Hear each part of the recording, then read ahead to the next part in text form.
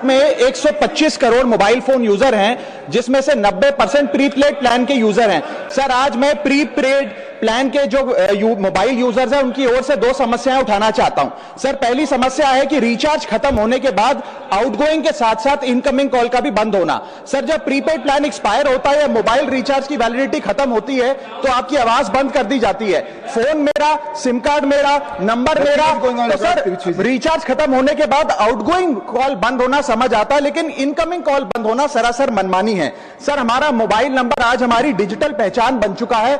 Essential communication जैसे कि UPI payment, banking, OTP, train ticket OTP, PAN Aadhaar authentication, interview का call, hospital का call, मां बाप का गांव से कॉल, तमाम चीजें इनकमिंग कॉल और इनकमिंग एसएमएस से आती है और वो इसलिए बंद कर दिया जाता है कि इंसान एक रिचार्ज कराना भूल गया।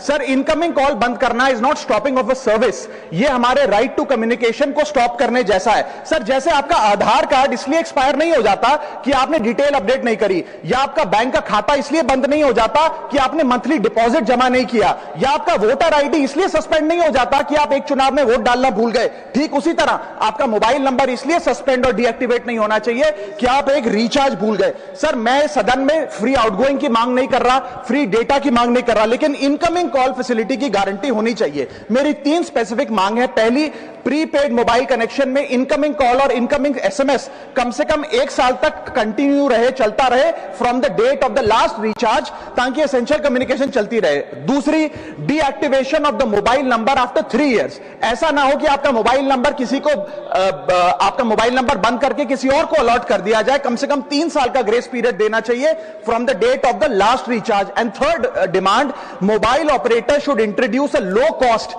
Incoming only plan. वो लोग जो सिर्फ इनकमिंग के लिए फोन रखते हैं उनके लिए, जैसे कि 10 रुपए में 180 दिन की इनकमिंग कॉल की फैसिलिटी, इस प्रकार की स्कीम्स मोबाइल ऑपरेटर को लानी चाहिए। दूसरी समस्या जो प्रीपेड कस्टमर्स फेस करते हैं वो है टेलीकॉम ऑपरेटर का 28 दिन का मंथली रिचार्ज। साल में सर महीने 12 होते हैं, लेकिन 28 दिन की रिचार्ज के माध्यम से 13 टाइम्स रिचार्ज कराना पड़ता है। कैसे सर? 28 दिन into 13 times is equal to 364 days. ये एक बड़ी क्लेवर स्ट्रैटेजी है जिसके चलते आपको फीलिंग 30 दिन की देते हैं, लेकिन आपसे डीलिंग 28 दिन की करते हैं। सर, दुनिया में हर जगह बिलिंग साइकिल कैलेंडर मंथ के हिसाब से होती है, 30 या 31 दिन।